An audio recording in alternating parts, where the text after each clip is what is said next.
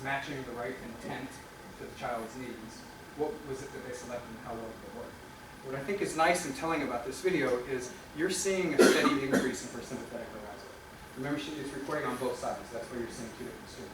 As you've watched, probably while I'm talking, she's getting increasingly more disorganized. She's starting to run around the room. In a second, you'll see she'll be throwing some objects. She'll actually start to do some hand flapping and some head hitting. She behaviorally is looking more agitated. We've been seeing this physiologically for some time. By the point that the OT really starts to think that this is disruptive, she's going to suggest that she get into a ball pit.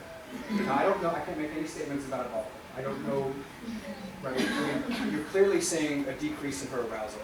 You're seeing flatter, I shouldn't say flat, you're seeing more social attunement, you're seeing more regulated affect.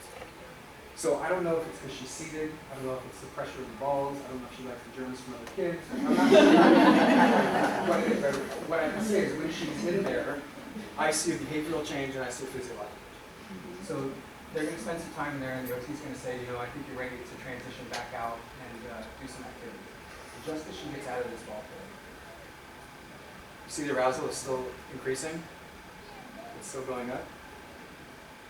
She's going to bolt and try to redo it. I mean, this is interesting, right? If I actually could detect that in real time, and said to the OT, wait, maybe it's not time to get out there. So the OT is going to go after running away, put her back in the ball pit. Experimental psychologist loves this. This is called test-retest reliability. So when she's out, she's high. When she's in, she's low. When she's out, again, she's high. When she's in, again, she's low. Affect is going to regulate. After this, the OT is going to transition her over to a swing. There's some physical effort to get up and on this thing. This is a preferred activity, and once on, she's going to swing steadily for 10 minutes, preferred activity. Affect is nice and smooth and nice low as well. So it's a really wonderful way for us to now start to think about validating some of these approaches. This is the very system that these therapists are trying to better regulate, and we can document.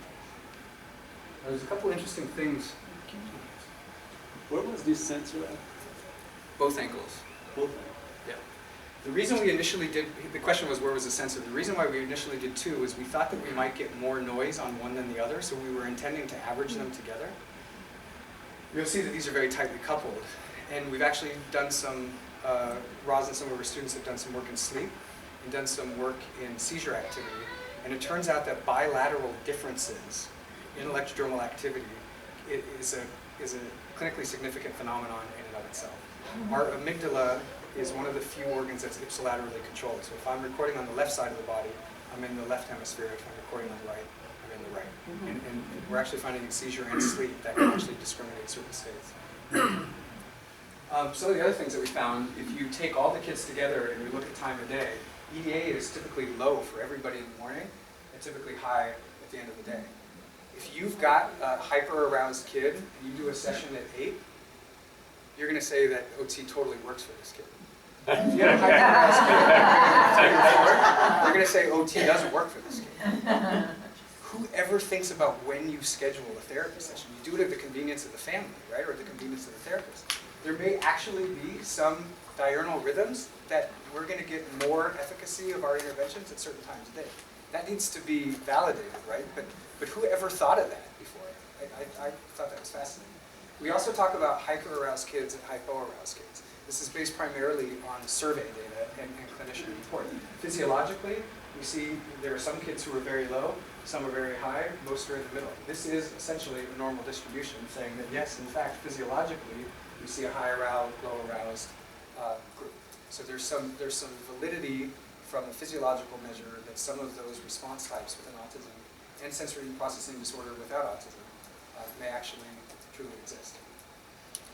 We put sensors on teachers too, and therapists. So this was an interesting question about co-regulation. You know, we spend all this time focusing on the child and focusing on their arousal. May not be thinking so much about how is the teacher's arousal or their behavior having an effect. So we're doing some interesting things where this is clearly two correlated series, right? This is the OT, this is the child. Another thing that we're asking in our video coding is, did you think that so let me step back a second. We have this thing called clinical rapport, right? So some kids respond well to some teachers and others don't, and vice versa. What is that about? right? Why is that? How do you measure that? Because ultimately, I don't want to waste a family's time spending a lot of money on therapy if the person that they're selected to do an intervention with, regardless of what it is you're doing with them, just the personal, interpersonal dynamics are not a good fit. Trying to sort of peel that onion a little bit and figure out in some quantitative way what might be a good fit or not would be of interest. This is rated as a good session, right? When these are discordant, we're interested to see, does the therapist rate this not being such a good session? So again, they're going to be blind to this information and they're rating the videos. We can also do what we call frequency domain time series analysis, where one can start looking at lead and lag relationships between these two. So there's another question about, is a therapist's physiology, are you setting an example and you're trying to get some entrainment from the child to approximate your arousal, and that's how you're helping them regulate? Or is the child's physiology preceding yours and you're sort of trying to follow them and bring them back? So there's an interesting question about who's in control and what's actually working for a given individual. This may be different across different kinds of people. So we want to start kind of, digging into that a little deeper. Another thing that I know some students working on now that I'm quite interested in, and I told you sort of about this Yerkes-Dodson curve, is we know that there's a relationship between people's performance when they have enough arousal but not so much, enough arousal to engage but not so much to disengage. Well, I can show you my electrodermal activity. I can show you my electrodermal activity. That's a time series that is changing with dynamic scaling. Probably not very easy for a parent, for a teacher, or an individual on the spectrum to look at and think about sort of, I wonder how this is sort of changing my physiological state. Do you guys remember mood rings? Okay, so I sort of hate to burst the bubble, that had nothing to do with your mood. That's a temperature-sensitive gel that's in there, and as you start to heat up or cool down, those colors will change. We could make a real one, right? So if I have your skin conductance, and I have your movement, and I have your temperature, and I know when you're not moving and when the temperature hasn't changed, that I see a change in your electrodermal activity. When you are in your baseline range, you'd be glowing green. This could be a pin that I'm wearing on my shirt. This could be a glowing desk orb. This could be a LED screen in the classroom. This could be a mobile phone that a teacher or a parent is wearing or is carrying. This could be an iPad application. And as you shift 2 standard deviations above your baseline, you may start glowing shades of red. And as you shift 2 or 3 standard deviations below your baseline, you may be shades of blue.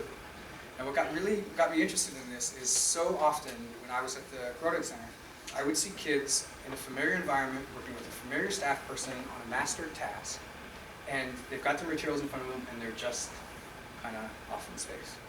And the therapist is looking at them and they don't have a red face, they're not sweating, there's no over indication that there's anything wrong. Thinks they're being helpful, and they come over and they place a hand on the child's back and they pull the materials close, and the child stands up, flips over the table, aggresses to themselves, aggresses teacher, and runs out of the room. And everybody says, where the heck did that come from? 1 second, they're perfectly calm, this is a low demand situation, and the next, they're out of here. So I've now seen kids who, in a setting exactly like that, where we have these monitors, in this case it was heart rate, at 120 beats per minute. We should be between sort of 60 and 80 in a low demand task, 120. Now, I'm making an inference about their internal state based on their oral presentation, and I'm dead wrong. What I need to do at that moment is a glass of water, remove the materials, let's take a deep breath and relax, let's engage in some maybe progressive muscle relaxation, let's bring that arousal back down. Instead, what do? I place a demand on an already taxed person, and this is now not, in my mind, this is not oppositional defiant behavior. This is survival. This is fight or flight. You have just exceeded their ability to regulate themselves, and they're going to take matters into their own hand. The extent to which I could visualize that in real time, if I could have that individual who's wearing this also visualize that in real time, pair those colors with words, words being ways that I could communicate to you that I'm feeling overwhelmed or that I'm feeling relaxed, or that I could just look at you. If you're at your desk and you're sitting there and you're looking calm to me, but you're not engaged in your activity, if you're green or you're blue, I'm going to give you a little encouragement and I'm going to come kind of get in your face and let's get going again. If you're glowing bright red, right, what I would have done is gone over and prompted you. What I'm going to do now is completely the opposite. I'm going to try to de-escalate. So ways that we can gather this information in real time, visualize it, so that we can communicate to others we can communicate to ourselves, and then obviously biofeedback would come into play. If I understand how it is I'm responding, how this makes me feel, then maybe I can bring some control over that by engaging in activities that make me feel different and then have a different effect on the physiology. I'm going to skip over this in the interest of time. Just suffice to say, we've just finished a study with 5 kids on the spectrum where we recorded every day at school from 9 to 3, all day for 60 continuous days. So I have to stand on a ladder just to look at one child's data over a 60-day period. So we're having some fun work now thinking about how do you visualize data. So physiology is changing as a function of day, of time, of activity, of behavior, as really kind of a large data set to explore some interesting clinical hypotheses that we could then try to systematically explore in more detail later. Could you speak up just a little bit? Yeah, thank you. Yeah. What's our time? What time did you want to finish? I think you should go another 10 minutes and have some Q&A. Okay. So, I'm the most passionate about the arousal dysregulation, and I'm most excited about the potential for this technology to make an impact there. I always have this tendency to spend too much time on it when there's all this other technology I want to show you. But I think it's so important, especially for this audience. That's why I did that. So what I'm going to do now is go kind of quickly. I'll spend less time on the background and the clinical significance because I'll say a couple things, but hope it'll be obvious to you. But I want you to be aware of some of the technologies that are out there. So one of them, you're always going to have people who are not going to wear things on their body. And one of Roz Picard's doctoral students, Ming Zerpo and Dan McDuff, did some work where they took webcams. I mean, these are Best Buy webcams right off the shelf. Use something called independent component analysis where they can separate red, green, and blue channels of light from video of faces. And every time our heart beats, we get micro-vasodilation changes in our face that affect the reflection rate of those 3 different colors. And what Ming showed, and Dan showed, what you see on top here, so all 3 of them are having their faces tracked. Then what you see in red is the estimate of their heart rate from their face, from the algorithm. What you have in black beneath is a pulse oximeter on their finger. This is what you would get like in the ER if you were admitted. So this is kind of the gold standard of recording. And you can try to watch these 2 values simultaneously.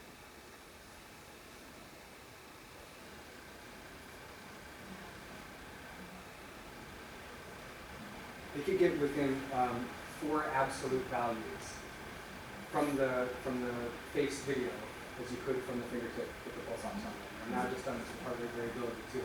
So in any situation where you have face-forward videos from somebody at a computer, or you have the camera and pointed at a student while they're at their best, provided that they don't move outside of the range of the face tracker, right, which is a serious constraint, you can do non-contact measures of their autonomic state.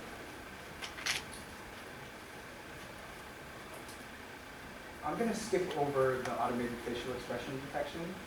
How fast, how much time do you have to get the heart rate? 5 seconds. 5 seconds. You need a 5-second moving average before it'll give you a reliable response.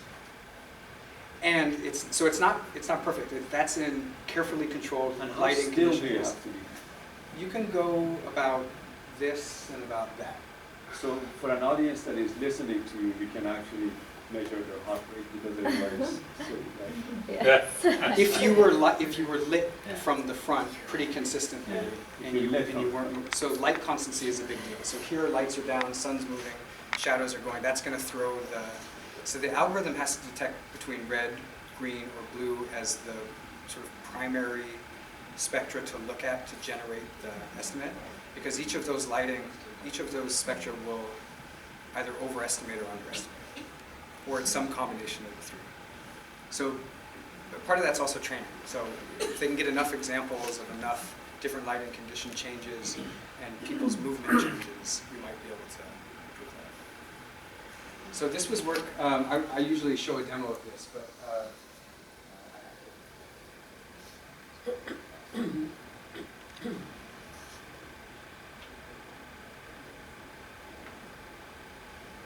this is an algorithm. So you see some red dots on my eyes, on my eyebrows, my nose, and my mouth. This is tracking my feature expressions. So you see as I nod my head, you're going to get the detection that my head is moving up and down. As I smile, you're going to see the detection that I'm smiling. Unfortunately, the resolution of this monitor doesn't let me move down. But we can take those feature points together and I can say whether I look like I'm agreeing, or I look like I'm interested in something, or if I look like I'm surprised, or if I look like I'm confused, or if I look like I'm thinking. And it's tracking all of these action units, so I can sort of manipulate exactly what it is that's tracking. So we've been using this with individuals on the spectrum to help them understand what kinds of emotions they're expressing through their faces and how to understand the kind of emotion expressions of the people that they're interacting with. So, we talk about flat affect and autism. It's never been quantified. And we talk about, appropriate ranges of, how long do you make eye contact for? How long do you smile for? When do you look away? There are no rules for this. We've all figured it out implicitly as social creatures. But if you're not wired to know that ahead of time, and you have to learn it explicitly, how do I set up a systematic set of rules for you to follow? Because the world, it's fluctuating all the time. Real facial expressions are fleeting, and they're co-occurring, and there's a lot going around, around them. So the extent to which we could use technology, so we had developed a portable device that had a camera facing out and a camera facing in. The tracker is running, and in very simplified terms, as this bubble gets bigger, it's identifying what the tracker sees as the expression that's being detected or that you're sending. And we would send kids out on emotional treasure hunt games. So I would say go and try to elicit these various emotions. You could use the camera to help you understand when it thinks it's seeing it, and then you tag it. Bring it back to me, we'll dock your station, we'll play the video back, and we'll see where you disagreed with the tracker. Now this is a really nice opportunity to start having some dialogue around what are other people, what are emotions, what are strategies to express yourself correctly or to understand what other people are trying to express to you. It also got kids who normally are not very socially interactive walking around to people, trying to get them to engage. And I think there's something to having a little buffer here, right? In some ways, I am engaging with you, but I'm looking at you through a video. There's a little bit of distance there. For some of us, I think that's going to be appropriate. Now, eventually, I want to fade that off, right? I want to get you engaged, teach you the things you need to teach, and then remove that technology. Or for those who can't, it's not inconceivable in 10 years' time that I have a camera in the eye of my glasses, and my cell phone is running the algorithm of the detection, and I've got a little headset in, and when you start looking like you're bored with me, I get a little cue from my phone that says, maybe now's a good time to ask you a question. Monologuing is a problem, and it's a problem even for those who have pretty high functioning autism. They have great analytic skills and great to go get a job, but they're going to bomb the job interview because they're going to go on and on and on about Dodgers.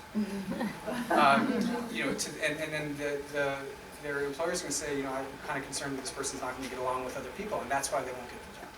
Right? So now if we, in real time, could help them, and this all hinges on saying the right thing at the right time, and that's where we need you. Technology can't do that. That's where you need a human. We can also couple this with our physiological sensors, and now I can get a sense of face recognition and autonomic profiles. Here's another way to think a little bit about rapport, and to think a little bit about what effect physiologically are different people having on a given individual. Sorry. So here's some other work that we've done where we're looking at repetitive motor movements. I'm going to go through this pretty quick, which is hard because this was my doctoral work and this is the thing I really actually know quite a lot about. But this is one of the core diagnostic features of autism, the restricted and the repetitive behavior. There's higher level, which is the more rigidity to routine, adherence to non-functional routines, rigidity to change, liking to line things up. The lower level is repetitive use of the body or of objects. And the consensus definition is that it's invariant in form, which means it sort of always looks the same to you. It has no obvious eliciting stimulus, meaning you don't know what preceded engagement in that behavior, something in the environment or internal. And it has no adaptive function. In fact, what do you call this behavior? So hand flapping, body rocking, and finger flicking, what do you call it? Stims, right? We have no evidence that it serves a self-stimulatory function. There is no empirical research that says that this is about self-stimulation. Now we call it that. Sorry? I didn't hear that last part. There's no evidence that has shown that there is a self-stimulatory function to that behavior. So by calling it a stim, you say that this is problematic, right? Because if you're just self-stimulating, you're not engaging with other people, you're not taking in information, you're not demonstrating skill sets that you have, you are potentially getting more and more agitated, and this is self-injury. I mean, if it's a stim and it doesn't serve a function, there's nothing wrong with me response blocking you, extinguishing that behavior behaviorally, medicating you, or restraining you, right? Because it's getting in the way of all these good things. But we have some evidence that this is how people communicate, this is how people regulate stressful situations, this is how people regulate sensory information, this is how people feel their body in space and time. If this behavior is serving that, any of these functions, and I'm saying don't do that, that looks weird, that's just a stim, right? That's unethical of me. You've got a person who has an impoverished coping repertoire, and this is the one thing that they're trying to do to control their own existence, and I'm saying don't do that, you can't do that, right? I'm not sure that that's such a good idea. So I got interested in looking at how did we come to this state? Well, most of the behavior is thought of really as dysregulated biology. So these are problems with the basal ganglia with dopaminergic pathways. It's primarily based on animal studies. So these are mice, these are pigs, these are primates.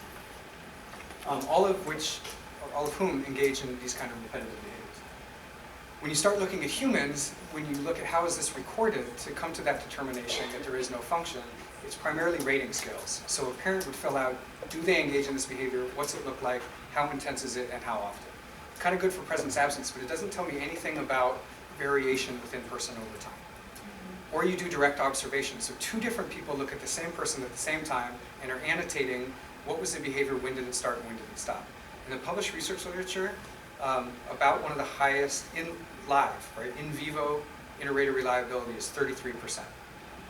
Think about this. If you close your eyes and guess, you have a 50% chance of those two getting it right sometime. So humans are guaranteed not to do very well in real time. Now you can videotape these behaviors, you can code them offline frame by frame, you get very high accuracy and very high inter-rater reliability. It takes forever, it's boring, it's very expensive, therefore it doesn't scale. So one of the things I got interested in is if this behavior has some repetitiveness to it, could we videotape kids engaging in these behaviors while they're wearing accelerometers? So that's like the one that I showed you in here, both wrists and on the torso. If I could get 50 good examples of them engaging in this behavior, I can train an algorithm to automatically detect them. And I'll show you that you are all good pattern recognizers. So what you have on the top here is left wrist, right wrist, torso. This is a video of the child engaging in these behaviors. This is a time stamp and annotation of each of them. So you see him flapping his hands. You see the burst here and the burst here. You're a pattern recognizer now. So wrist here, wrist here. So flapping, flapping, flapping. What I want to do is show you a lot. Now that you know what flaps look like.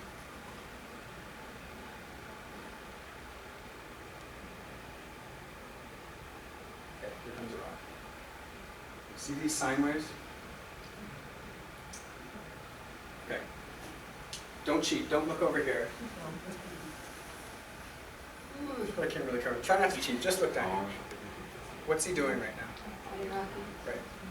Right now, nothing. Right?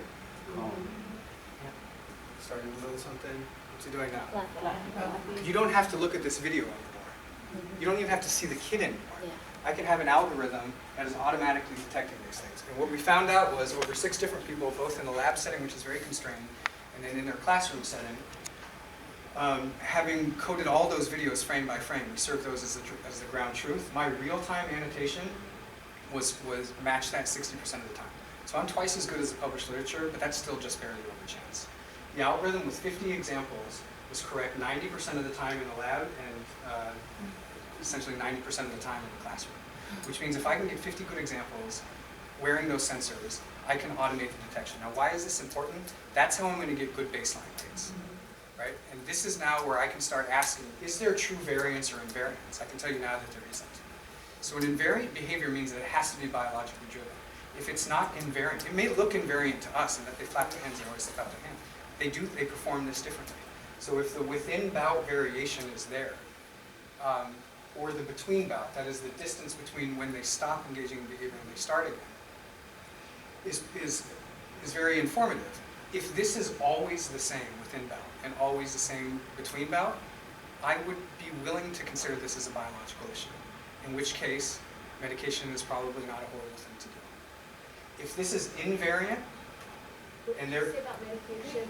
if it's, yeah, sorry, if it always looks the same and it's always occurring at the same amount of time, it probably is biologically generated, right? In which case something like psychopharmacology is an appropriate approach. Because it's presumably not serving a function to that person if it's always the same regardless of the situation, regardless of the person, regardless of the demand. Now, if I only flap my hands or rock my body in the presence of certain people, in the presence of certain activities, in the presence of previous night's sleep, in the presence of my gastrointestinal pain, right? This is probably doing something else. This is probably environmentally determined from one of the functions that I showed you before, in which case medication is not the thing to do. The thing for me to do is figure out what function is that serving for that person and see if I can replace it with a more socially acceptable function. And that's behavioral, that's not psychopharmacological. So we're also using these sensors with the physiology before, during, and after engagement in these behaviors so we can test the homeostatic regulation theory. So I've got kids who are engaged in classrooms in high demand and low demand, naturally occurring, where we have their heart rate variability, respiration, and we've got their movement patterns, and we're looking at, are some of these kids doing this intentionally? What I can tell you from the data analysis so far, some are and some are not. Being able to show some individual difference, though, is key, because we call them all autistic. We say that they all engage in repetitive behavior, and all of them should stop doing it. Not true. For some, it might actually be helpful to them. And we might want to help them regulate it. We might want to help them find the appropriate time and place to do it, or we might want to give them some alternatives. But I wouldn't just blanket say, don't ever do it. We're also, all of these studies are with me videotaping these kids, spending hours and hours and hours coding the videos and training the algorithms. So what we've been working on now is cell phones that receive the accelerometer signals from the child wearing the sensors. And I've got a timestamp with the sensor and the phone. And I can ask a naive person, in this case it was a teacher, we can call these parents, although I think parents are everything but naive, to opportunistically annotate for me every time that they see their child engage in hand flapping or body rocking when the sensors are recording.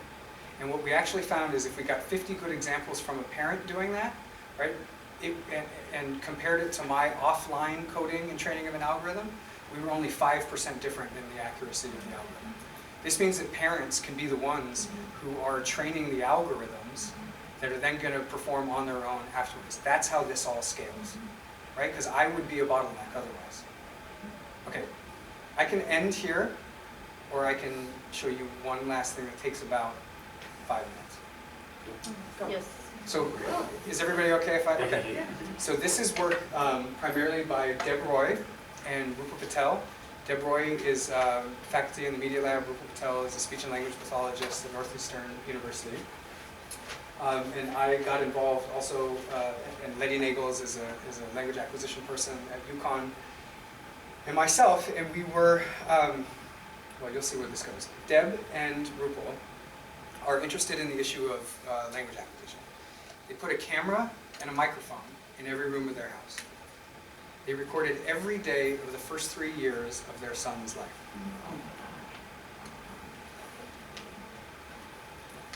It would take you 3 years just to sit down and watch the data that they've collected, right?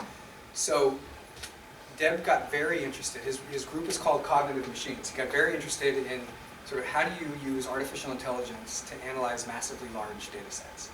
And you'll see some of the tools of how they did this and some of the things that we learned about their son. So one way is he's probably only ever going to be interested where there's people in a room and where there's some audio. So they came up with an algorithm that would subtract any pixel in a frame that isn't moving and then slide that over time. Now the intent here is not for you to necessarily know who is who and what they're doing. Right? What we want is a trace of some movement in the data record.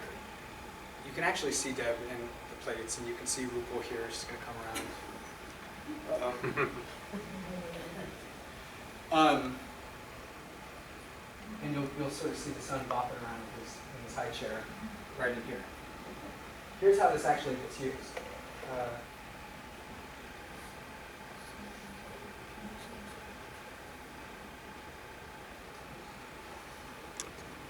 Each of these bars is a video and audio of every room in the house. So if they're closed, it means that it doesn't